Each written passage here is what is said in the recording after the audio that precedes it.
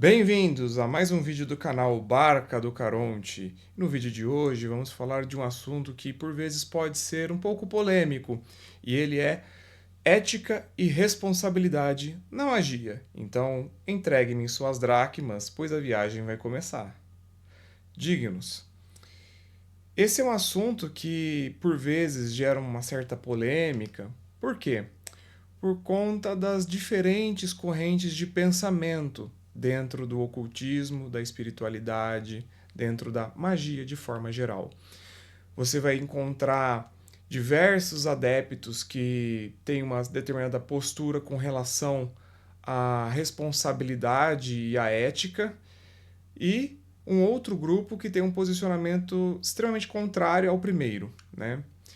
Isso em linhas gerais. É claro que entre esses dois parâmetros, entre esses dois grupos, tem 50 tons de cinza, vamos pensar assim. Então, do que exatamente nós estamos falando? Veja, temos três pontos aqui muito importantes. O primeiro deles é o ethos do mago e os paradigmas da tradição ao qual ele pertence, tá? Então, o que seria o ethos do mago, né? Esse termo ethos, ele vem da filosofia, né? Que vai ser muito importante para o ramo da filosofia chamado ética, que vai fundamentar diversas outras práticas, diversas outras áreas do conhecimento, como o direito, por exemplo, tá?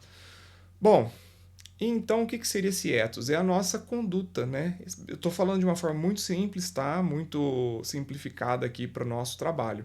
Mas para que e agora, para nós aqui, o ethos vai ser a nossa conduta particular, né? O nosso conjunto de paradigmas, o conjunto de paradigmas e de formas como nós agimos no mundo, nosso modo operandis, tá? E cada mago, cada bruxa, cada praticante, né, de magia, cada adepto no caminho da espiritualidade vai ter um ethos particular. E esse ethos ele é construído socialmente, como qualquer outro ramo desse ethos para qualquer área da vida, tá? Então, por exemplo, um sujeito, ao mesmo tempo que ele tem um ethos dentro da magia, a gente tem que lembrar que ele é um sujeito social, um sujeito histórico. Então, ele está no mundo.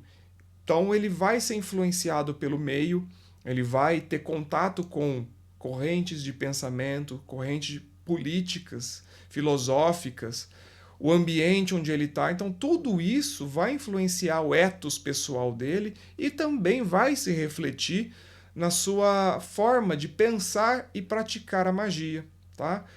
Ou suas crenças, diversas manifestações da espiritualidade que esse sujeito pode vir a ter, tá certo? Então, o ethos pessoal do mago ele é influenciado pelo ethos pessoal dessa pessoa como um todo, né? Ele não é uma divisória, né? Um conjunto de divisórias, de caixinhas.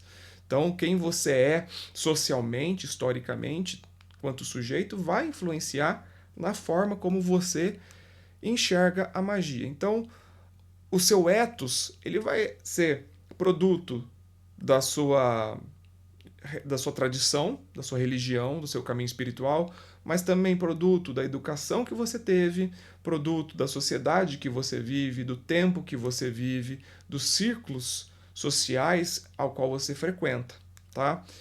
E junto a isso vai haver também os paradigmas da tradição ao qual você pertence. Então, veja só, nós temos nesse primeiro ponto dois vetores: o ethos do mago e os paradigmas da tradição ao qual ele pertence. Então, o que isso significa? Que dentro de uma mesma tradição, você vai encontrar praticantes com ethos diferentes. É claro que, mesmo que sejam ethos diferentes, ainda são ethos que sejam suficientemente próximos para que eles enxerguem sentido em estar naquela tradição, tá? Porque se forem ethos muito diferentes, então pode ser que dentro da macrolocação, né, da tradição onde ele está, pode não fazer sentido.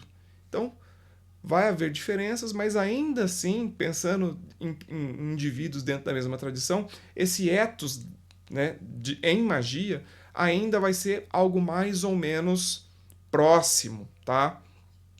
Então, por exemplo, quando a gente fala de caminho da mão esquerda ou caminho da mão direita, então você pega uma tradição do caminho da mão esquerda e pega uma tradição do caminho da mão direita. Então, os integrantes de cada uma dessa tradição que a gente selecionou, de cada um desses caminhos, eles vão ter etos possivelmente bem diferentes uns dos outros ali, comparando o caminho da mão direita com o caminho da mão esquerda. Mas se a gente pegar dentro dos próprios caminhos, dentro das próprias tradições, né?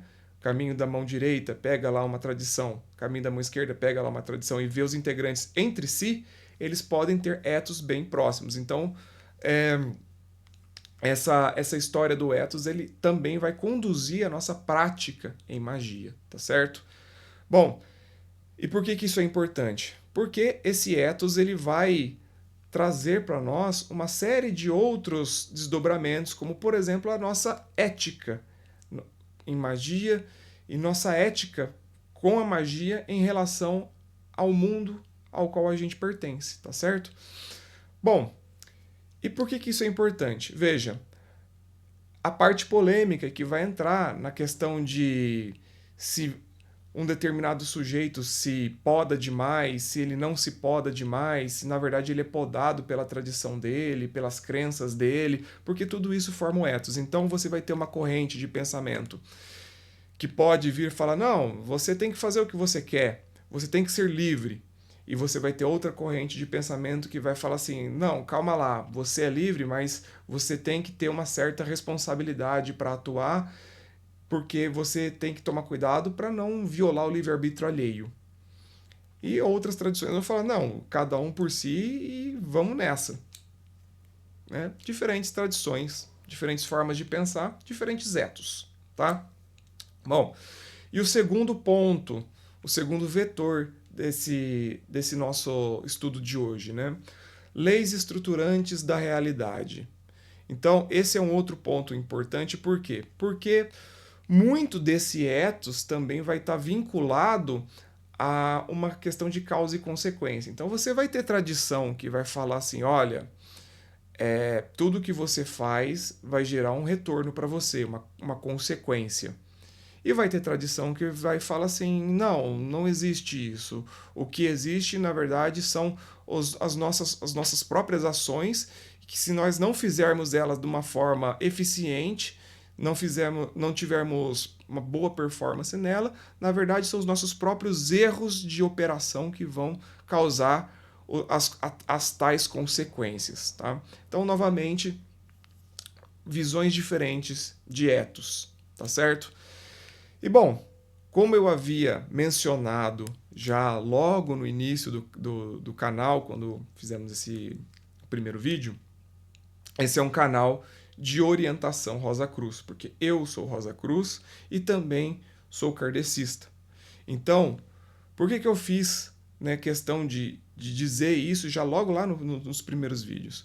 Porque isso já vai definir qual é o meu ethos. O ethos de muitas das coisas que eu vou colocar aqui. E é uma questão de honestidade, porque a minha verdade não é a verdade absoluta, não é a verdade de todo mundo, mas serve bastante para mim, tá? E para uma gama de pessoas que também compartilham dos mesmos pensamentos ou de pensamentos parecidos, certo? Então, por exemplo, alguém que tem o ethos, ao qual eu carrega também um senso de responsabilidade muito grande com relação às ações no mundo, tá? Então, nós enxergamos, principalmente quem segue a linha hermética, que existe uma série de leis que estruturam a realidade e que vão dar o direcionamento para o nosso ethos. Por quê? Porque nós sabemos que essas leis, elas são imutáveis, elas são inexoráveis. E, de acordo com as nossas ações, nós vamos operar dentro de uma determinada lei ou ativar outra lei. E se nós ativarmos essas leis de uma forma a atuar contra nós, então nós estaremos sendo prejudicados. E dentro desse ethos, como é que isso acontece?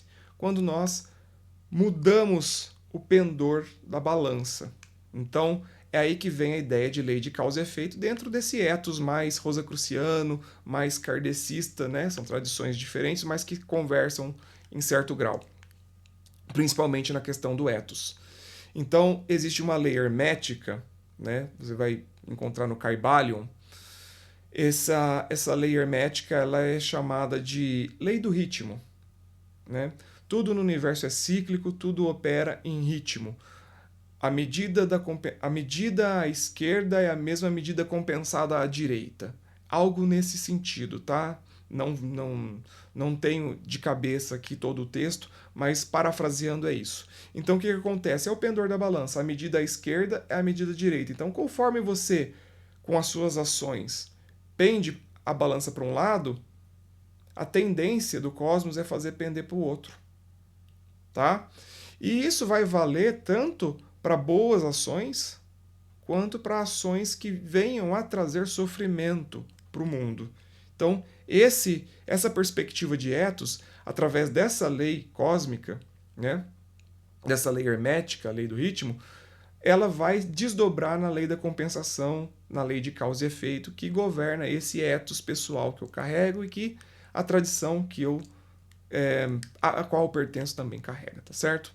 Bom, e aqui, para finalizarmos o nosso vídeo, deixar a problemática para nós que estamos aqui iniciando nessa jornada, né, sobre o que nós fazemos com o que nós sabemos, tá?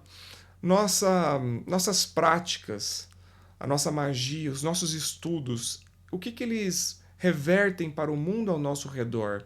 Eles trazem luz, eles trazem sombras, eles trazem alegria ou trazem sofrimento. Eu consigo trazer benefícios para outras pessoas ou só para mim com essas coisas que eu estudo, com as práticas que eu faço, né? Eu consigo pensar no todo, eu consigo ajudar todos, e mesmo esse todos, quem cabe dentro do meu todo? Essa é uma pergunta que eu vou colocar para cada um refletir sobre o seu próprio ethos como futuro magista. Então, dignos, muito obrigado àqueles que estão assistindo até o final.